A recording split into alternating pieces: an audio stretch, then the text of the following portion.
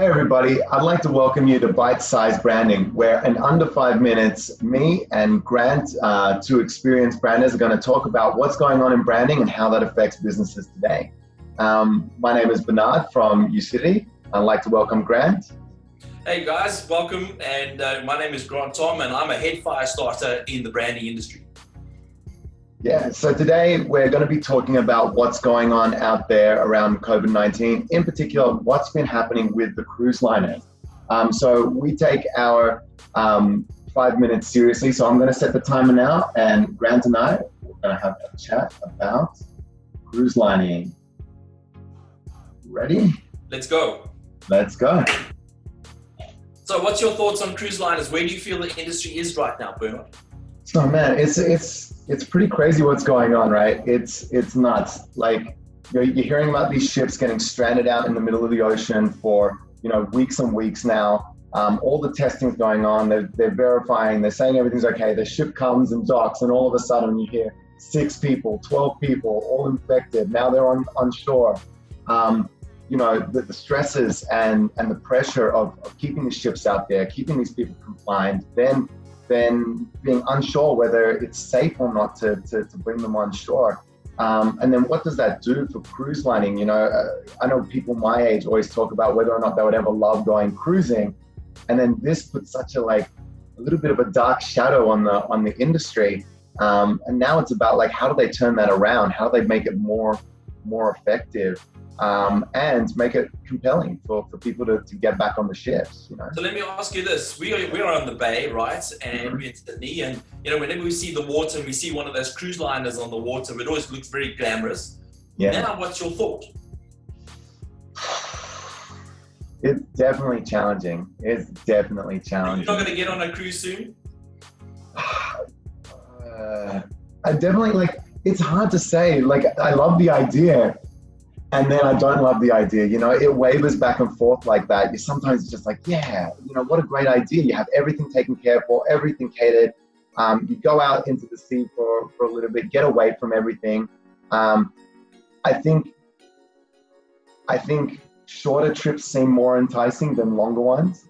But overall, I feel like that it's no longer a confident choice for a travel. So confidence is the first thing, right? Yeah. So for me, when I see that brand of the Ruby Princess and I see that logo in the front of the cruise liner, for me it's a negative now. Because every time I see it, I know that there was trouble, there was disaster, there is a lack of support, you were left stranded, all those kind of things sort of come together.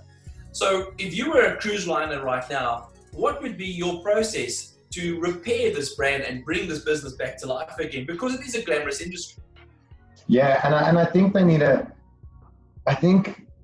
it needs to be twofold. They need to have a really long plan in place. Something that we've spoken about before is that whole idea of the legacy of a brand, And there's going to be a new generation of people who won't be as affected by what's happened right now. And that is where they should really turn a lot of their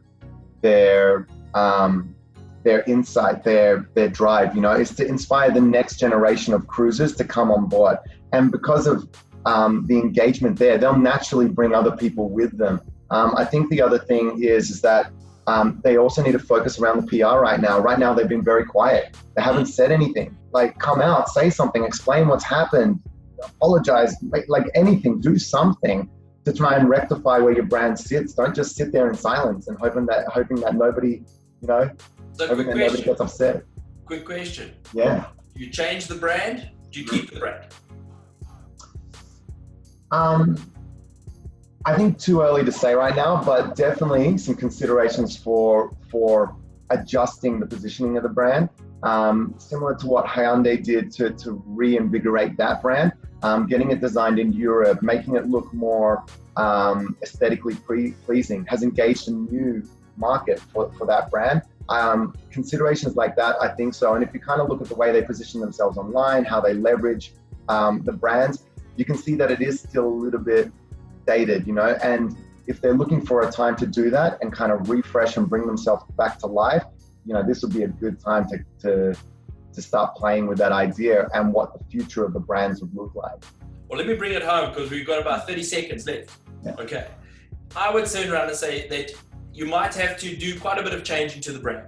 You're going to have to create a complete new look, but at the same time, you have to do a bit of edutainment. You're going to have to educate the market to the value. You have to educate the market to what you're doing to make things better. You're going to have to educate the market to a better experience. Therefore, you're going to have to create more substantiation around the brand. I agree with you. PR management on crisis is very, very important. Yeah. And those are the kind of things that I think is crucial, is educate the market, rebrand the ship, and create a different experience and teach the market as to how you keep those ships very, very clean. 5 minutes on the button, Bernard. I hope we've solved it. Perfect. Guys, please, we'd love to hear your questions and your feedback. Let us know if you, there it is, that's 5 minutes.